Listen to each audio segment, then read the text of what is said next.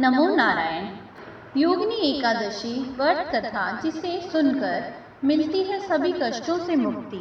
आषाढ़ मास के कृष्ण पक्ष की एकादशी तिथि को योगिनी एकादशी कहा जाता है। योगिनी एकादशी व्रत को करने से 88,000 ब्राह्मणों को भोजन कराने के बराबर का फल मिलता है। इसलिए इस व्रत का अपना विशेष महत्व है।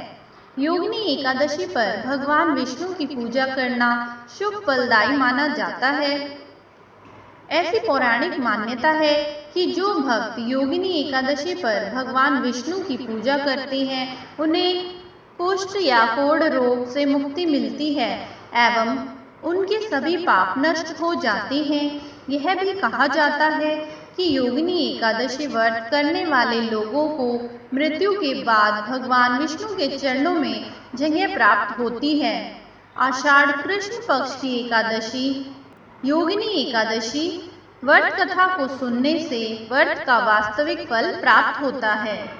पौराणिक कथा के अनुसार स्वर्ग धाम की अलकापुरी नामक नगरी में कुबेर नाम का एक राजा रहता था। वह शिव भक्त था और प्रतिदिन शिव की पूजा किया करता था। हेम नाम का एक माली पूजन के लिए उसके यहाँ फूल लाया करता था। हेम की विलाक्षी नाम की सुंदर स्त्री थी। एक दिन वह मानसरोवर से पुष्प तो ले आया, लेकिन कामासक्त होने के कारण वह अपनी स्त्री से हास्य विनोद तथा रमण करने लगा।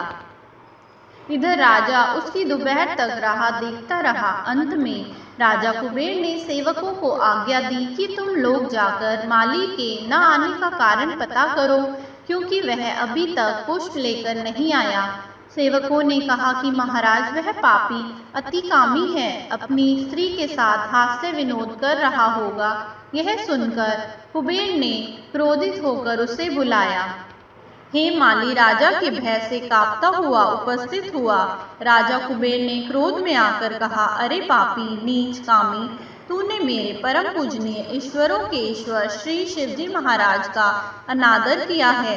इसलिए मैं तुझे श्राप देता हूँ कि तू स्त्री से वियोग सहेगा और मृत्युलोक में जाकर कोढ़ी होगा। कुबेर के श्राप से हेम माली का स्वर्ग से पतन हो गया और वह उसी क्षण पृथ्वी पर गिर गया। भूतल पर आते ही उसके शरीर में श्वेत कोढ़ हो गया। उसकी स्त्री भी उसी समय अंतर्ध्यान हो गई। मृत्युलोक में आकर माली के ऊपर मानो दुखों का पहाड़ टूट गया। वह जंगल में बिना अन्न और जल के भटकता रहा। रात्रि को निद्रा भी नहीं आती थी, परंतु शिवजी की पूजा के प्रभाव से उसको अपने पिछले जन्म की स्मृतियों का ज्ञान अवश्य रहा। घूमते घूमते एक दिन वह मार्कंडेय ऋषि के आश्रम में पहुंच गया। हेम माली ने वहां जाकर उनके पैरों में पड़ गया। उसे देखकर मार्कंडेय ऋषि बोले, तुमने ऐसा कौन सा पाप किया है जिसके प्रभाव से यह हालत हो गई। हेम माली ने सारा वृतांत सुनाया। यह सुनकर ऋषि बोले, निश्चित ही तूने मेरे सम्मुख सत्य वचन कहे हैं, इसलिए तेरे उद्धार के लिए मैं एक व्रत बताता हूँ। यदि तुम आषाढ़ मास के कृष्ण पक्ष की योगिनी नामक एकादशी का विधि पूर्वक व्रत करेगा तो तेरे सब पाप नष्ट हो जाएंगे।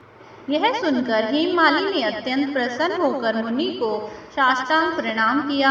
मुनि ने उसे स्नेह के साथ उठाया। हेम माली ने मुनि के कथनानुसार विधि पूर्वक योगिनी एकादशी का व्रत किया। इस व्रत के प्रभाव से अपने पुराने स्वरूप में आकर वह अपनी स्त्री के साथ सुखपूर्वक रहने लगा।